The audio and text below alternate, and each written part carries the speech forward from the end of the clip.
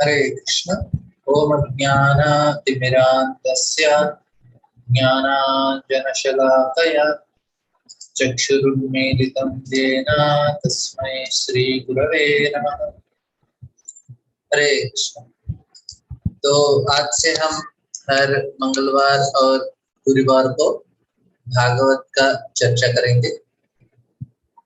तो पहले हम थोड़ा इंट्रोडक्शन ले लेंगे भागवतम का, कि ये जो भागवत है वो उसका स्रोत क्या है और उसको किस तरह से समझना चाहिए। बहुत सारे जितने स्कंद हैं और कितने चैप्टर्स हैं, अध्याय हैं, और भागवतम का एक ओवरव्यू। तो इससे समझने से क्या होता है कि हम जब भागवत पढ़ते हैं तो हमको जब श्लोक पढ़ते हैं तो क्या हो रहा है, क्यों हो रहा है, क्यों इस चीज को समझाया जाता है, ये पूरा समझना बहुत जरूरी है। उससे हमारा जो भागवत के प्रति जो श्रद्धा है वो अच्छा रहेगा। तो इसलिए पहले क्या करते हैं, स्ट्रक्चर स्ट्रक्चर मतलब एक तरह का ढांचा, कि किस प्रकार से भागवत को बताया गया है, समझाया गया है, उसको समझने का प्रयास करेंगे पहले।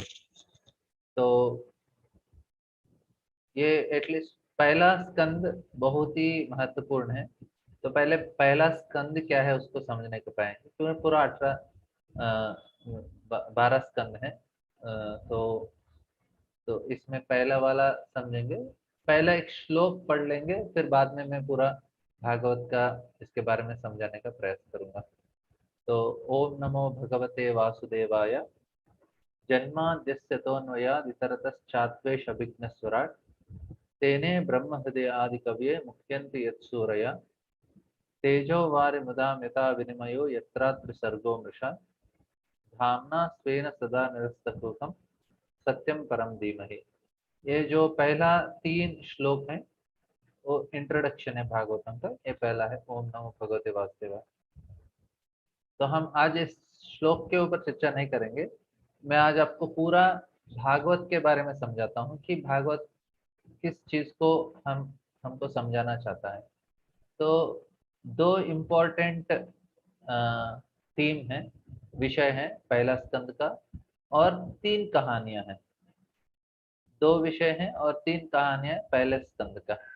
तो 3 कहानियां क्या है और 2 इम्पोर्टेंट थीम क्या है। देखिए भागवतम ये बहुत ही पुराणों में उनका पोजीशन बहुत स्पेशल है, क्योंकि पूरा व्यासदेव ने पूरा इतिहास, पूरा वेद उपनिषद और इतिहास लिखने के बाद, वेदांत सूत्र लिखने के बाद भागवतम लिखते हैं। तो इसलिए भागवतम उनका बहुत ही इम्पोर्टेंट विषय है। तो उसके बारे में बाद में चर्चा करेंगे। लेकिन ये जो भागवत है इसमें पूरा रसा से भरा है, बहुत बड़ा टेस्ट है उसमें। तो इसलिए वैदिक ग्रंथों में भी भागवतम का जो पोजीशन है बहुत ही स्पेशल है। और बताते हैं कि वेद एक व्यक्ति को 3 तरीके से समझाता है। एक राजा के भाव में समझाता है कि राजा एक अपने अपने सब्जेक्ट्स जो प्रजा है उनको किस प्रकार से समझाते हैं, एक ऑर्डर देते हैं। दूसरा एक फ्रेंड के रूप में, फ्रेंड एक दूसरे फ्रेंड को बताता है। और तीसरा होता है एक प्रेमी दूसरा प्रेमी को कैसे समझाता है। तो वेद इस प्रकार से, तो भागवत भी इस प्रकार से बहुत सारी चीज हमको समझाने का प्रयास करते हैं।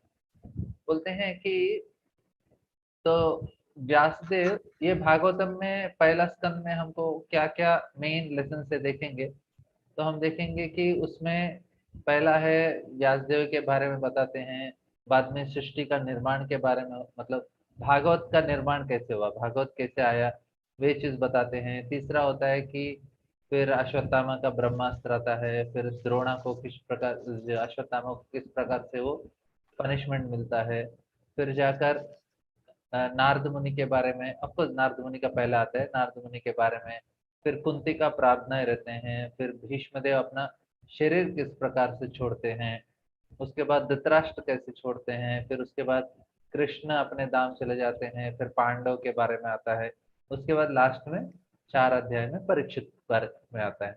तो ऐसा देखेंगे तो बहुत ही सरल दिख रहा है ऐसा, लेकिन भागवत इतना सरल नहीं है जितना समझ रहे हैं। मतलब कहानियां तो ऐसे सरल कहानियां हैं, लेकिन भागवत बहुत ही गुह्य ज्ञान समझाना चाहता है।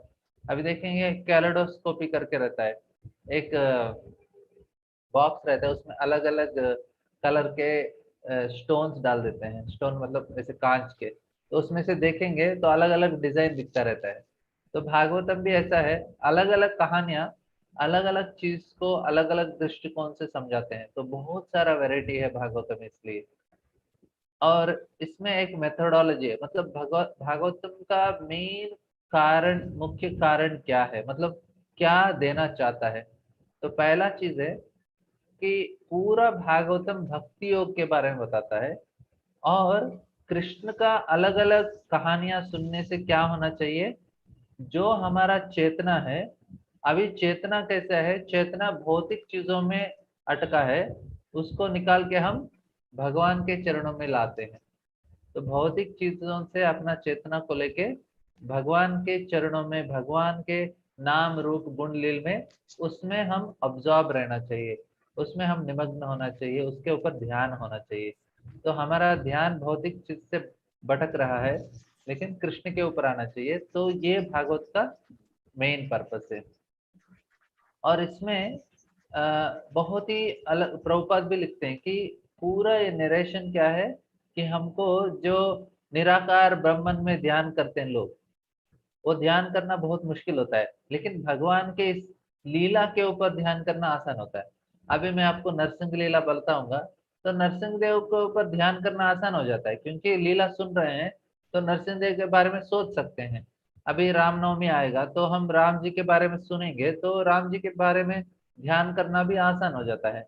तो इस प्रकार से देखेंगे तो भागवत का मेन क्या है, कि कृष्ण का कहानी सुन के उनके ऊपर ध्यान करने का। तो हमारा जो असली ध्यान होना चाहिए कृष्ण के ऊपर होना चाहिए। अभी ध्यान किसके ऊपर होता है, इंद्रिय भोगों के ऊपर होता है और भौतिक चीजों के ऊपर होता है। तो ये पहला है। सेकंड क्या है, हमको पिबत भागवतम रसमालयम मुहुरहो रसिका भूवि भाविका, ये तीसरा श्लोक है भागवतम का। तो बोलते हैं कि रसिका भूवि भाविका, हमारे अंदर एक भगवान के प्रति, कथा, कृष्ण के कथा के प्रति रुचि देना भागवत का एक उद्देश्य है। दो उद्देश्य है, पहला क्या है, ध्यान करने का, दूसरा क्या है, रुचि पैदा करने का। तो रसम आलयम, तो बोलते हैं भगवान तैतृष्ण बताते हैं रसो वही सहा, तो भगवान पूरा रस से भरे हैं, पूरा टेस्ट, मतलब जो रिलेशनशिप में जो आनंद आता है, ओरिजिनल आनंद कहाँ होता है, कृष्ण से होता है। तो अभी थोड़ा लगेगा कि इतना थोड़ा कठिन लग रहा है, नहीं, धीरे धीरे समझ में आ जाएगा। तो पहला चीज क्या है भागवतम का, भगवान के ऊपर ध्यान करने का, दूसरा क्या है, रुचि प्राप्त करने का कृष्ण के कथा के ऊपर। ये दो चीज याद कर लीजिए, बस आ गया। और इसके बाद तो हम ध्यान करेंगे, और पिबत भागवतम रसमालय मुहुरहो रसिका भूमि। अभी भागवतम में 10वें स्कंद में भगवान पूरा जो मेन पार्ट भागवतम का है वो 10वां स्कंद है। तो भागवतम का रूप क्या है, किस प्रकार से सब कुछ चीज दर्शाता है, वो पूरा हम डिटेल में चर्चा करेंगे। तो अभी कुछ श्लोक है भागवतम का गुणगान करते हैं, उसके बारे में सुनेंगे। बोलते हैं अनुग्रहाय भक्तानां मनुष्य मानुषम देहमाश्रिता भजते तादृशी क्रीड़ा याश्रित्वो तत्परो भवेत्। बोलते हैं कि अनुग्रहाय भक्तानाम, भगवान अपने दया अनुग्रह कृपा करने के लिए क्या करते हैं, मनुष्य देहिना, एक मनुष्य देही आश्रिता, भगवान एक मनुष्य के रूप में प्रकट होते हैं। आपको उनका रूप ऐसा होता है सच्चिदानंद, लेकिन हमको दर्शन दे रहे हैं उस रूप में, तो मनुष्य के रूप में भगवान दे रहे हैं दर्शन। तो ये सही दया है भगवान का। तो क्यों कर रहे हैं, तो भजते तादृशी कीड़ा, आके क्या कर रहे हैं उस रूप में, लीला कर रहे हैं। क्यों, तो बोलते हैं तादृशी, लीला कर रहे हैं, तो क्योंकि कोई भी उसको सुनते हैं, सो क्या होता है, तत्परो भवेत, क्या होता है उनको आ, भजते तादृशी क्रीड़ा यशस्व तत्परो, तो क्या होता है, हमको उनके प्रति आकर्षण होता है इस लीला को सुनने के बाद। तो भगवान का मेन उद्देश्य क्या है, वे ये लीला कर रहे हैं ताकि हमको आकर्षित करे। तो ये भागवतम का पहला उद्देश्य है। और तो पहले हम समझ रहे हैं कि भागवतम क्या करना चाहता है, दो इम्पोर्टेंट है अभी उससे। अ, भागवतम का 10 टॉपिक्स रहता है, अत्र सर्ग विसर्गस्य स्थानम पोषण उदया मन्वंतर ईशान कथनो निरोध मुक्तिराश्रय। देखिए बहुत लोग ऐसा भागवत कथा कर लेते हैं, 7 दिन का भागवत कथा, उसमें पहला 2-3 दिन में कुछ ऐसा बिगिनिंग का लीला होता है, तीसरा दिन कृष्ण का जन्म का लीला, ऐसा चौथा दिन ये होना चाहिए, लास्ट में ये होना चाहिए, ऐसा सुदामा का एक स्टोरी एक दिन होना चाहिए। तो ऐसा कुछ तो सिस्टम लगा के भागवत कथा कर लेते हैं, लेकिन उससे ज्यादा जीवन में परिवर्तन नहीं होता लोगों का। हालांकि वो लोग प्रैक्टिस, वो लोग भागवत सुन रहे हैं, भागवत का कथा कर रहे हैं, और भागवत जब कथा हो रहा है तो उनके आंखों से आंसू भी आते हैं, कीर्तन में नाचते भी हैं, लेकिन बाद में कथा होने के बाद जीवन में परिवर्तन नहीं होता है, उनका जीवन ऐसे ही चलता है, उनका ऐसे ही घर में झगड़ा होता है, नहीं तो ये दुख आता है, वो दुख आता है, ऐसे चलता ही रहता है। अभी इतना भागवत सुनने के बाद परिवर्तन क्यों नहीं हो रहा है, क्योंकि किस उद्देश्य से सुनना चाहिए, सही मा- मार्ग क्या है भागवत सुनने का, ये उनको पता नहीं, इसलिए उनके उनके द्वारा गलती हो रहा है। लेकिन हम जब भागवत सुनते हैं, हमको सही उद्देश्य से सुनना चाहिए, और सही तरीके से और सही व्यक्ति से। हम प्रभुपाद से सुनते हैं तो सही व्यक्ति हैं प्रभुपाद, तो उनके द्वारा हमको भागवत सुनना चाहिए। तो वो बोलते हैं कि ऐसा 10 टॉपिक्स है भागवतम का, वो भी मैं आपको डिटेल में समझाऊंगा कि क्या क्या टॉपिक्स है। और भागवत भगवान का स्वरूप डायरेक्ट है, भागवत और कृष्ण में कुछ अंतर नहीं है।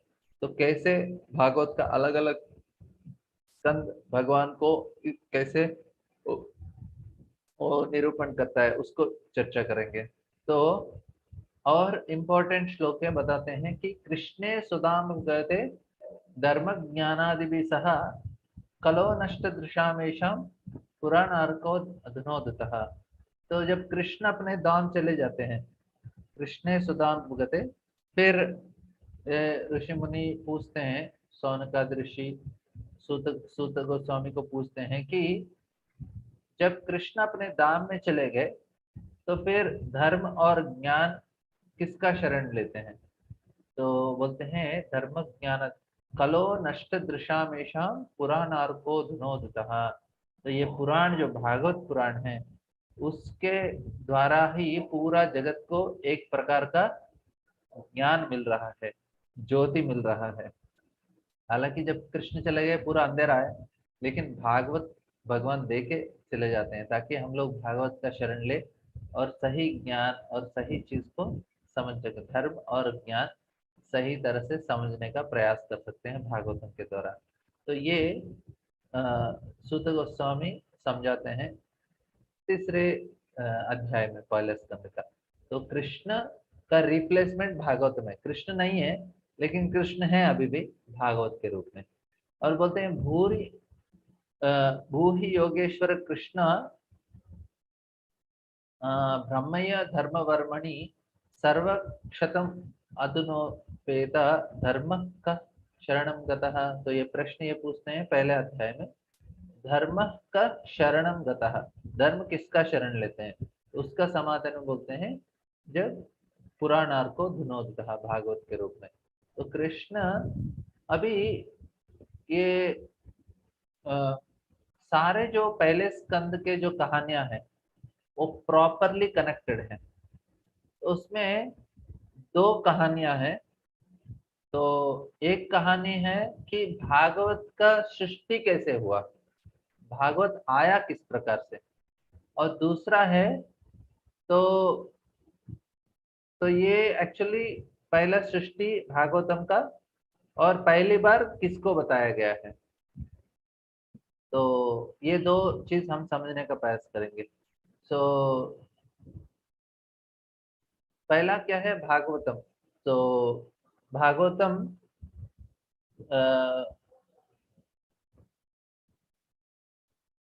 पहले से तो कलयुग का अंत में, मतलब सॉरी द्वापर युग का अंत और कलयुग का बिगिनिंग में भागवतम का सृष्टि होता है।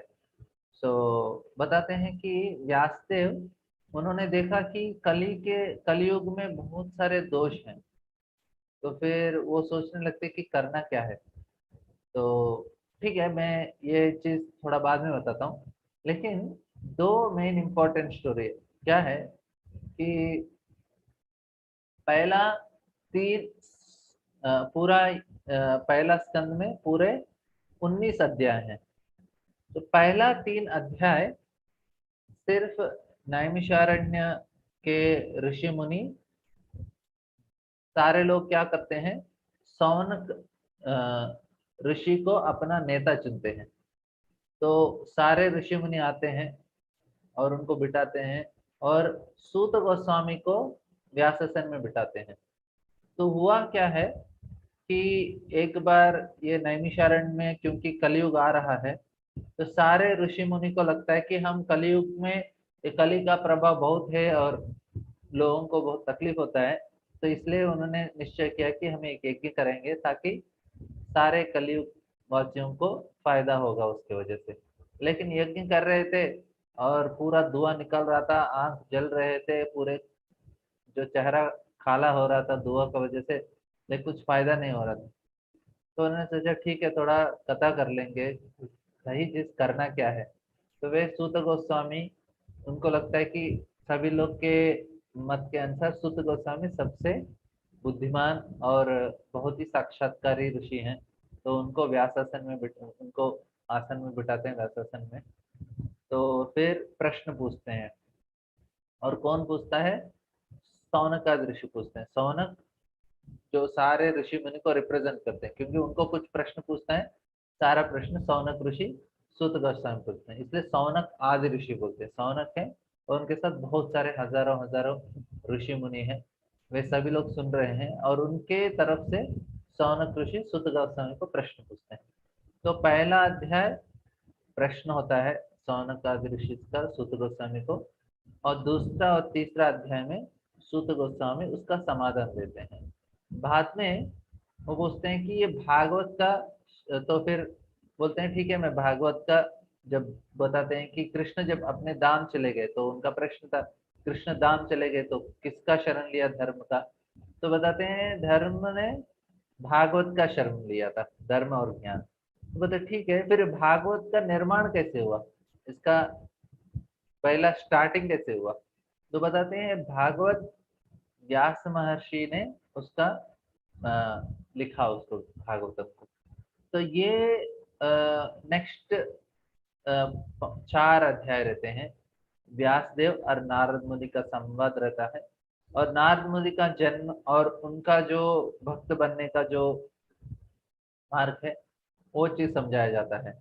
क्योंकि जो दूसरा अध्याय है उसमें किस प्रकार से हम भक्त बन सकते हैं, भक्ति का मार्ग क्या है वो समझाते हैं।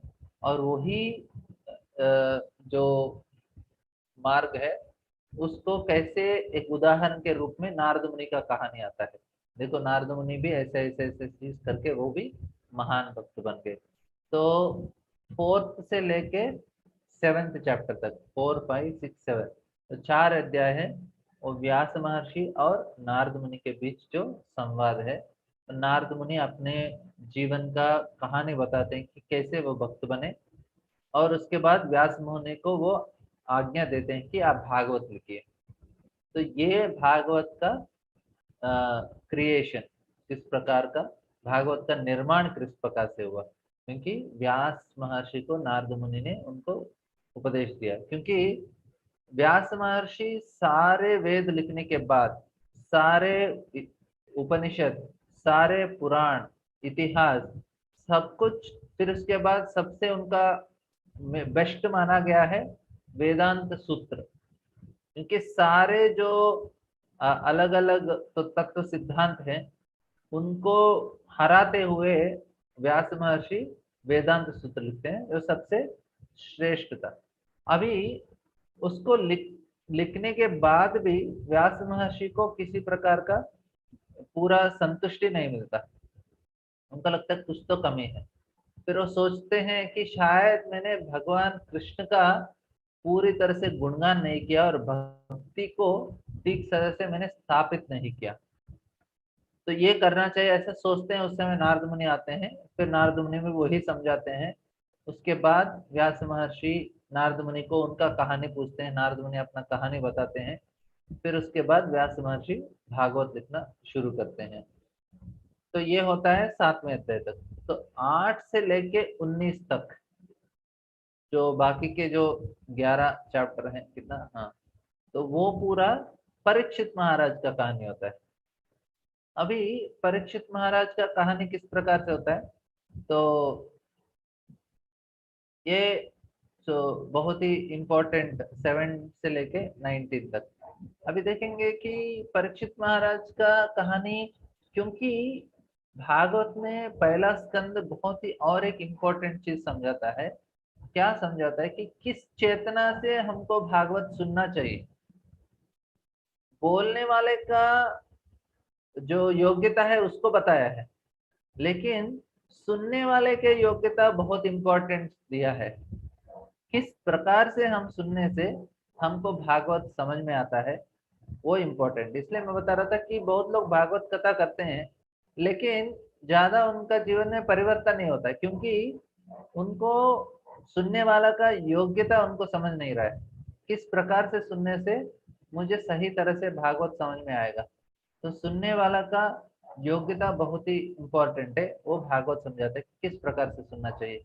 क्योंकि जो 8 से लेके 19 अध्याय है वो पूरा किसके बारे में बता रहे हैं, परीक्षित महाराज के बारे में बताते हैं। हालांकि हम लोग देखेंगे अलग अलग कहानियां हैं, लेकिन परीक्षित महाराज के बारे में, क्योंकि भागवत किसने पहले बार सुना, परीक्षित ने सुना, तो उनका योग्यता क्या है सुनने के लिए, तो समझाता है।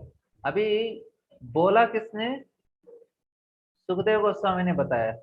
सुखदेव गोस्वामी के बारे में कितना कितना कितना अध्याय है, कुछ अध्याय नहीं है, कुछ कुछ श्लोकों में सुखदेव गोस्वामी कहानी खत्म हो जाता है। लेकिन परीक्षित महाराज का कहानी अध्याय के बाद अध्याय के बाद अध्याय के बाद पूरा 8 से लेके 19 अध्याय एक ही व्यक्ति के बारे में बता रहे हो, परीक्षित महाराज। क्योंकि वो सुनने वाले भागवतम, जो बोलने वाले का जो योग्यता है वो कुछ श्लोक में हो गया, लेकिन सुनने वाला का इतना सारा अध्याय में होता है।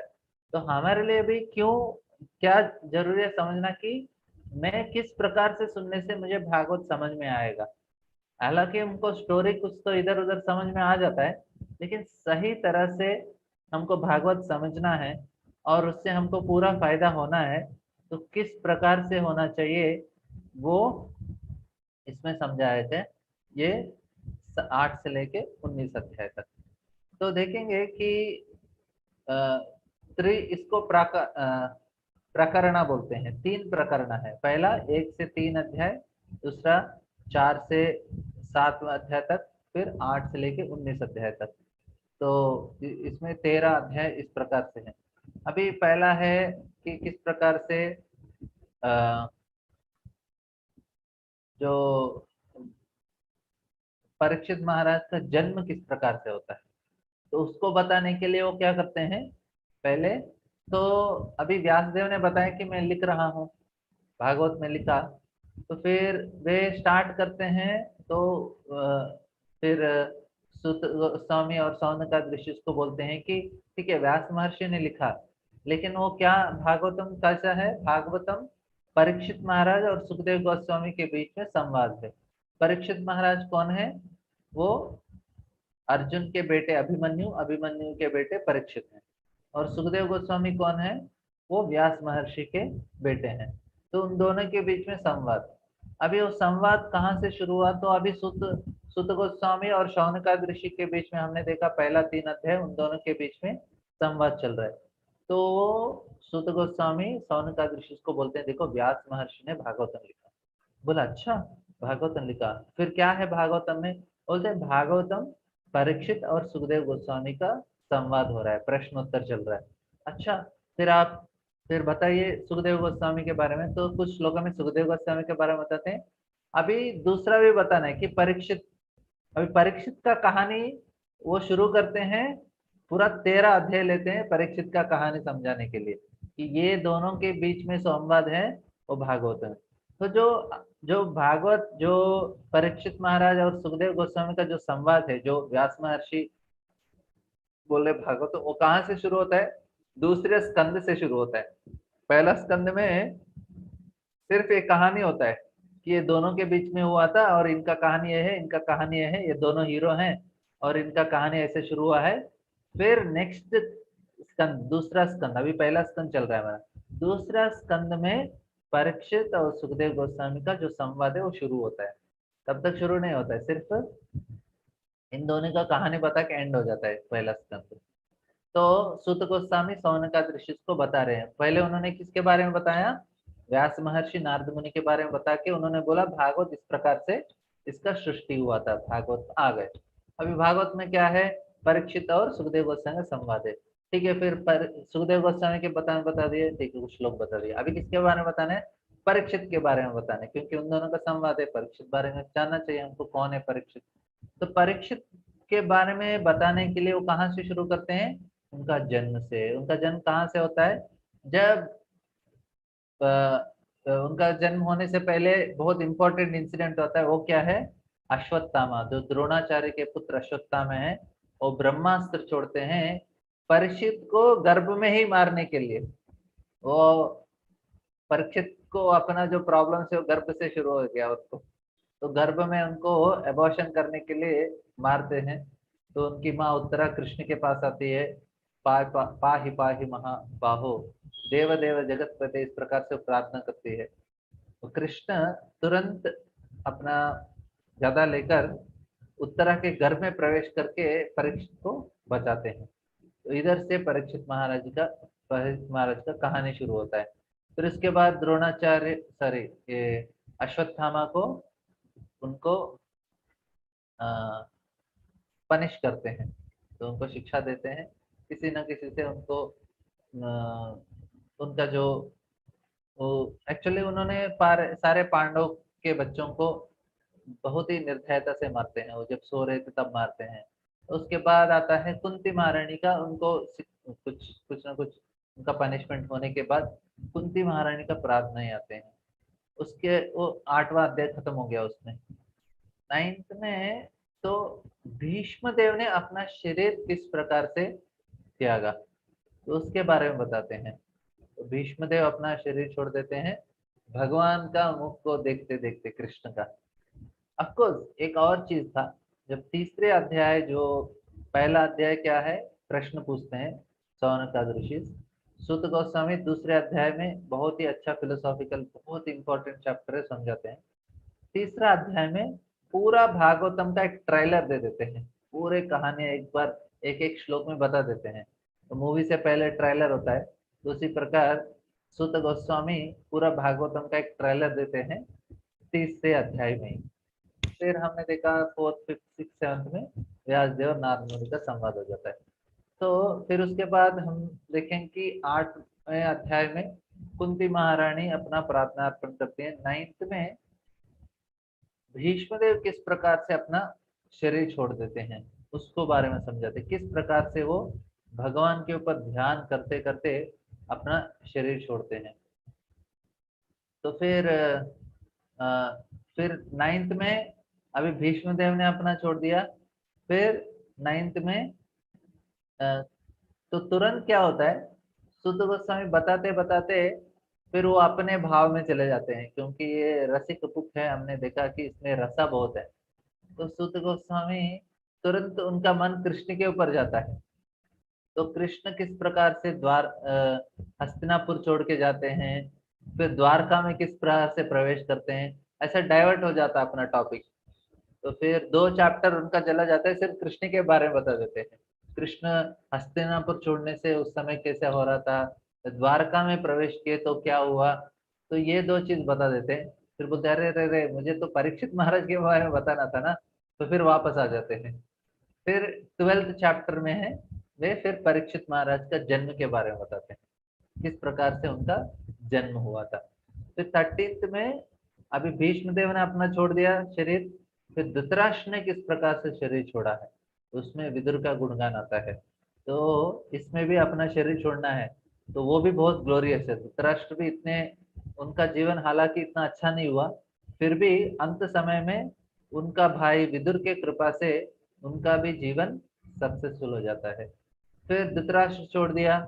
फिर 14th अध्याय में, 14th अध्याय में, 14वां अध्याय में कृष्ण किस प्रकार से भौतिक दुनिया छोड़ देते हैं उसके बारे में बताया है। फिर 15th में पांडव किस प्रकार से वे छोड़ देते हैं कृष्ण का पूरा, कृष्ण के ध्यान में वे किस प्रकार से अपना शरीर छोड़ देते हैं। फिर इसके बाद 16, 17, 18 में फिर कली परीक्षित महाराज का और थोड़ा उनके जो कार्य है उसके बारे में समझाया गया है कि किस प्रकार से कली को परीक्षित महाराज ने उनको सही तरह से उनको पनिशमेंट दिया है, रिवार्ड दिया है। और फिर उसके बाद किस प्रकार से परीक्षित महाराज को एक ब्राह्मण का लड़का श्रृंगी, शमिक ऋषि का जो लड़का है श्रृंगी, वो परीक्षित महाराज को श्राप देते हैं कि आप 7 दिन के अंदर मर जाएंगे, तक्षक आएगा एक पक्षी आपको जला के मार देगा।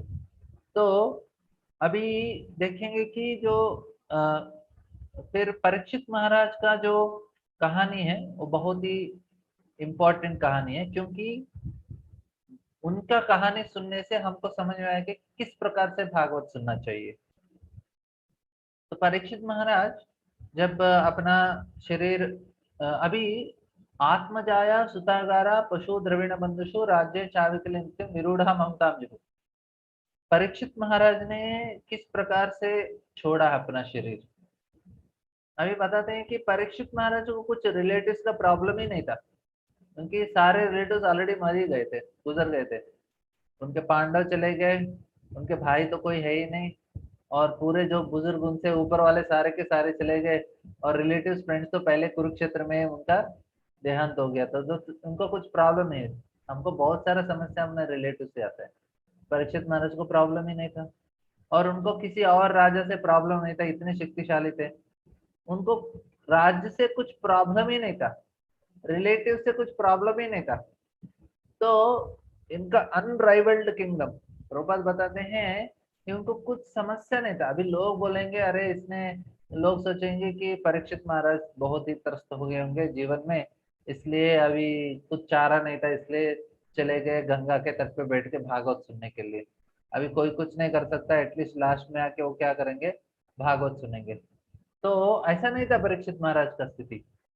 प्रभुपाद लिखते हैं कि बोलेंगे ठीक है, वो जो श्रृंगी ने श्राप दिया था इसलिए परीक्षित महाराज चले गए अपना ध्यान करने के लिए, क्योंकि बहुत ही उनको दुख लगा होगा, अभी तो इतने श्राप दे दिया, कुछ चारा नहीं है। नहीं, प्रभुपाद बोलते हैं कि परीक्षित महाराज इतने शक्तिशाली थे कि वे चाहते तो अपना जो श्राप था उससे वो छुटकारा प्राप्त कर सकते थे, क्योंकि वो खुद से इतने शक्तिशाली थे। वो श्राप को माफी, मतलब उसको छुटकारा प्राप्त कर सकते थे उससे। तो अभी फिर किया क्यों नहीं उन्होंने, क्योंकि उन्होंने ये श्राप को एक कारण देखा कि मुझे जाके भागवत सुनना है। क्यों ये कारण मिल गया उनको मंदिर ज्वाइन करके फुल टाइम बनने के लिए। लोग बोलेंगे क्योंकि परीक्षित महाराज पहले से ही हरे कृष्ण थे, तो उनको मंदिर ज्वाइन करना था, लेकिन कुछ ऐसा मौका नहीं मिला। अभी तो मौका मिल गया, देखो शाप दे दिया, अभी क्या कर सकता हूँ, कुछ कर नहीं सकता, अभी जाता हूँ मंदिर में। तो क्योंकि बोलते हैं आप, परीक्षित महाराज को ऐसा प्रॉब्लम नहीं था, लोग सोचेंगे प्रॉब्लम की वजह से, और राज्य से प्रॉब्लम नहीं है, और ये ब्राह्मण का शाप तो कुछ कारण ही नहीं है, लेकिन उनके मन में कृष्ण के प्रति इस प्रकार का प्रेम था। इसलिए आत्मजाया सुतागारा पशु द्रविण बंधुषु, क्या क्या चीज छोड़ दिया परीक्षित महाराज ने? आत्मा, अपने शरीर को, जाया, उनके पत्नी को, सुता, बच्चों को, आगारा मतलब उनके जो धन दौलत है वो, पशु मतलब उस समय उनके घोड़े, हाथी, अलग अलग गाय थे। आजकल हम बोल सकते हैं गाड़ी, हमारा स्कूटर, कार, ऐसा बाइक, पूरा पशु द्रविड़ बंधुषु, उनके जो पूरा संपत्ति है, बंधुषु उनके रिलेटिव्स हैं, राज्य, जो अनराइवल्ड किंगडम, किसी प्रकार का तकलीफ ही नहीं था उनको, राज्य चाविल विरूढ़ा ममताम जुहू, इससे छुटकारा पाना बहुत ही, विरूढ़ा मतलब उसको छुटकारा पाना इतना आसान नहीं है, फिर भी परीक्षित महाराज ने उसको छोड़ा। और 7 दिन जब उनको मौका मिला, बहुत ही तीव्रता से उन्होंने भागवतम सुना। वे खाए नहीं, पिए नहीं, सोए नहीं। अभी जो उनको श्राप मिला था, उन्होंने थोड़ा बहुत भूख प्यास लग रहा था, वो शिमिक ऋषि में आश्रम में जाते हैं, वो ऋषि सिर्फ अपने ध्यान मग्न में थे, राजा को ध्यान नहीं दिया, तो उन्होंने तुरंत एक मरा हुआ सर्प लेके उनके गले में डाल के चले गए, बोले आप इसके लायक थे। तो अभी वो बोलते हैं, अरे मैं तो थोड़ा बहुत, थोड़ा कुछ घंटों के लिए मुझे भूख प्यास लगा तो मैं इस प्रकार से कार्य किया, लेकिन उसके बाद 7 दिन तक वो भागवत सुनते रहे, लेकिन वो भूख नहीं लगा, प्यास नहीं लगा, और नींद में नहीं आया उनको। तो ये परीक्षित महाराज कितना तीव्रता से भागवत सुनने के बाद, तो फिर उनको सही साक्षात्कार हुआ। तो ये भागवत सुनने का तरीका है। अफकोर्स भागवत महात्म्य में बताते हैं, तो किस प्रकार से हमको भागवत सुनना चाहिए। तो ये भागवतम का लोग बताते हैं महात्म्य, लेकिन सुनना चाहिए इस प्रकार से। लेकिन हमको पहला भागवत सुनने के लिए हमको चाहिए चैतन्य महाप्रभु के बारे में समझना। तो इसलिए प्रभुपाद जी परपट में, सॉरी, भागवतम का बुक में पहला इंट्रोडक्शन देते हैं हमको, प्रभुपाद जी के बारे में बताते हैं। प्रभुपाद जी के, सॉरी, चैतन्य महाप्रभु के बारे में बताते हैं प्रभुपाद जी, क्योंकि चैतन्य महाप्रभु ने समझाया कि किस प्रकार से हमको भागवतम सुनना चाहिए।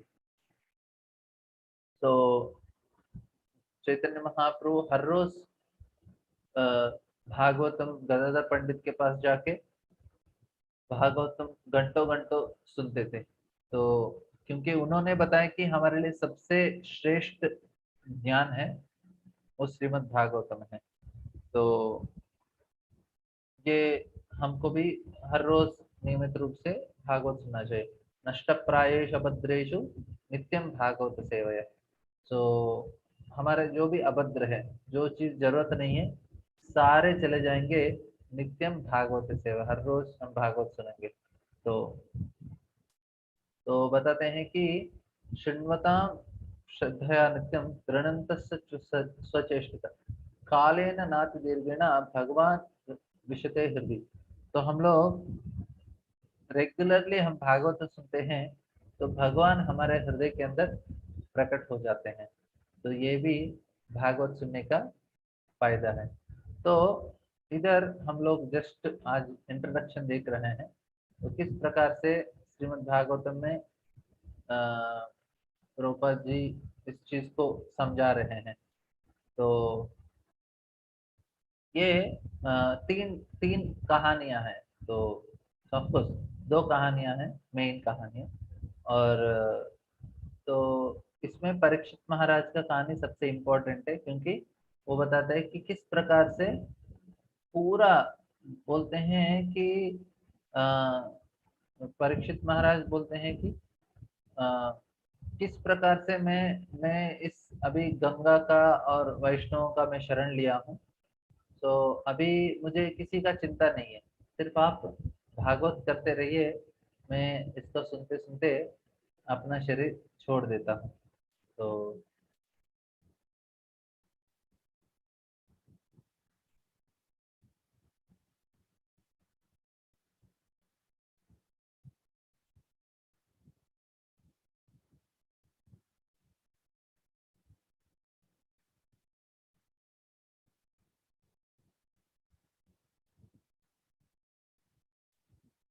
परीक्षित महाराज बोलते हैं कि मैं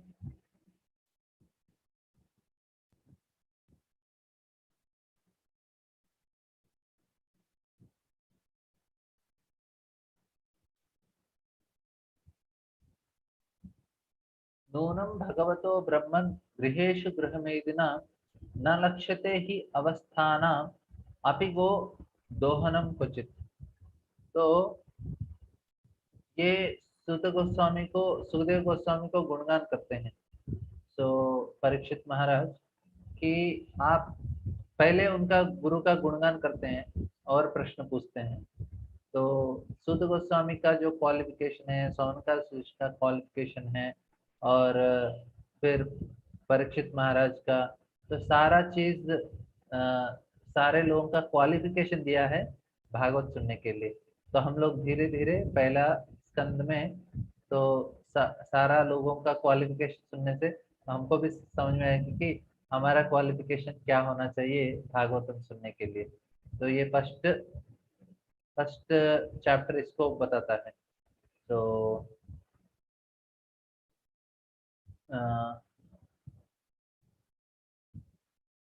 सम्मोपयानं प्रतियन्तु विप्रा गंगा च देवी दत्तचित्तमीशे द्विजोपशिष्टः कुहकतक्षको वा वशत्वलं गायत विष्णुगाता। तो ये परीक्षित महाराज का चेतना है। बोलते हैं कि मैं आपका पूरा शरणागत आत्मा हूँ, और जो माँ गंगा है, सम्मोपया प्रतियंतु विप्रा गंगा च देवी, तो जो गंगा है भगवान के चरण कमलों से लिखती है, स्वयं भगवान का चरणामृत है। तो वो भी मुझे स्वीकार करे, और मैं भगवान का चरण कमल मेरे हृदय में धारण किया हूँ। अभी कोई भी जो द्विजोपशिष्ट कुहक तक्षकोवा, तो कोई भी ऐसा मायावी पक्षी जो भी श्राप दिया है वो आके मुझे मारेगा, वो आने दीजिए। लेकिन मेरा एक ही इच्छा है कि आप कंटिन्यूसली द्विजोपशिष्ट वशत्फलम गायत विष्णु गाता, आप सिर्फ भगवान का गुण गाते रहिए, यही मेरा इच्छा है। तो इस प्रकार से वो प्रार्थना करते हैं। तो आज हमने देखा कि किस प्रकार से भागवतम, हम लोग ज्यादा इंट्रोडक्शन नहीं हुआ, छोटा क्लास है, तो धीरे धीरे थर्सडे को और थोड़ा समझाएंगे। मैं भागवत महात्म्य का धुंधकारी का कहानी बताऊंगा, फिर उसके बाद हम बाकी का समझेंगे। तो आज हमने चर्चा किया कि किस प्रकार से भागवतम में तीन सेक्शन है। पहला चीज क्या है, भागवतम दिया है हमको भगवान के ऊपर ध्यान करना चाहिए। दूसरा है, तो दूसरा क्या है, हमको भगवान के कथा के ऊपर रुचि चाहिए। और तीन तीन भाग है, कोई बताएगा तीन क्या भाग बताया मैंने? तीन सेक्शन है, पूरे 19 अध्याय किस किस प्रकार से उसका विभाजन हुआ है? 1 से 3 में सूत गोस्वामी तथा सनकादिक ऋषि के बीच में संवाद होता है। हाँ, सनकादिक ऋषि सूत गोस्वामी से प्रश्न करते हैं, हाँ, 1 से 3 में। और 4 से 7 तक में व्यासदेव और नारद मुनि के बीच का संवाद होता है। तो क्या क्या मेन टॉपिक है उसमें, क्यों उसके बारे में बताया है? उसमें मतलब भगवान की कथा के प्रति, मतलब उनको लगा, व्यासदेव को लगा कि ये पूर्ण नहीं है, मैं कुछ भी लिख रहा हूँ तो कंप्लीट नहीं उनको लग रहा था उससे, मतलब वो खुश नहीं थे कि मैंने पूरी तरह से कंप्लीट किया है। तो इसलिए फिर उनको लगा कि इसमें कुछ कमी है। तो फिर उसके बाद उनको कृष्ण के लीलाओं के बारे में, कृष्ण की तरफ रुचि आने लगा, जो नारद मुनि से उन्होंने प्रश्न करके पूछा था, ऐसा करके शायद। हाँ, तो भागवतम का सृष्टि कैसे हुआ वो बताता है।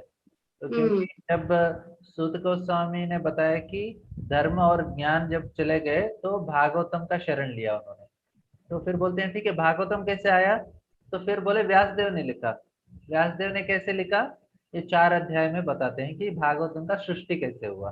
उसके बाद उसके बाद परीक्षित महाराज की कहानियां आती हैं जो क्यों परीक्षित महाराज का कहानी? क्योंकि परीक्षित महाराज भागवत सुनने वाले होते हैं, क्योंकि उनको एक ऋषि ने श्राप दे दिया था कि 7 दिन के अंदर आपकी मृत्यु हो जाएगी। तो उन्होंने सोचा कि इन 7 दिनों में मैं क्या करूं जिससे मुझे मुक्ति मिल जाए, अच्छा मतलब मेरी मृत्यु अच्छी हो। तो उन्होंने ऋषि लोगों ने उनसे कहा कि आप भागवतम सुनिए। तो फिर उन्होंने भगवान की पूरी तरह से शरणागत होके और 7 दिन तक भागवतम सुनने का, तो सुन रहे हैं, वो सुनने वाले हो गए, इसलिए उनपे ज्यादातर कहानियां सुनने वालों के ऊपर है। ज्यादातर अध्याय मतलब परीक्षित महाराज पे है, क्योंकि क्यों वो परीक्षित महाराज के ऊपर इतने अध्याय, 13 अध्याय क्यों दिया परीक्षित महाराज को? क्योंकि वो सुन रहे हैं। तो उससे हमको क्या क्या फायदा है? सुनने वाले ज्यादा वो प्रभावी होते हैं। और कोई बताएंगे आंसर? क्या आंसर है? परीक्षित महाराज के बारे में 13 क्यों अध्याय दिया? प्रभु जी,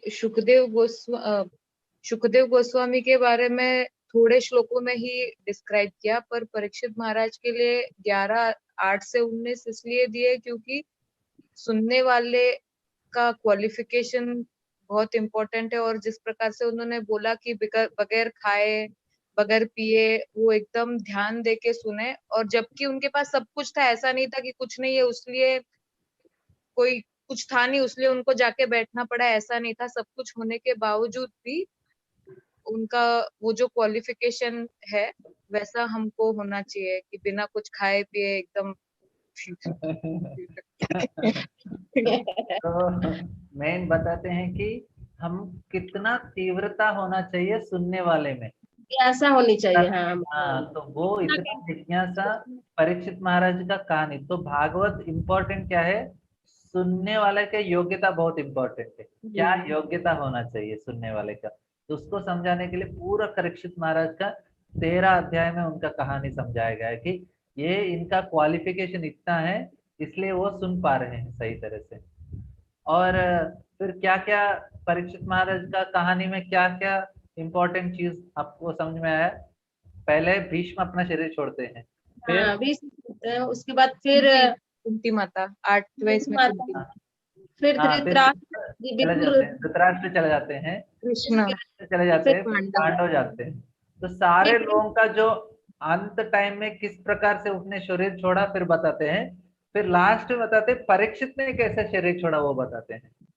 तो इतने स्पेशल हैं, इतने अच्छे परिवार से आए हैं, इतना अच्छा होने के बाद भी उन्होंने लास्ट मोमेंट में भागवत को इतना सीरियसली लिया। तो सब कुछ होने के बाद भी इतना सीरियस लिया, तो हमको कितना सीरियस लेना है भागवतम को। और कृष्ण भी अपना लीला करते हैं क्योंकि अनुग्रहाय भक्तानाम, हमारे ऊपर कृपा करने के लिए भगवान इस रूप में आते हैं, ताकि उन लीला को देख के, उन लीला को स्मरण करते हुए हमको क्या होना चाहिए? 2 चीज बताए मैंने, क्या? उनकी तरफ आकर्षण होना चाहिए, आकर्षण होना चाहिए और कथा के ऊपर रुचि होना चाहिए। ठीक है, फिर हम गुरुवार को मिलेंगे, सॉरी ट्यूसडे को, थर्सडे को मिलेंगे। हरे कितना नहीं होगा प्रभु जी? प्रभु जी अगली बार करेंगे, मतलब अभी थोड़ा और एक क्लास है मुझे 7 बजे। ठीक है, हरे कृष्णा प्रभु। गुरुवार को कर लेंगे। हरे दिन 1 घंटा कर लेंगे क्लास, थोड़ा ज्यादा कर। ठीक है, धन्यवाद।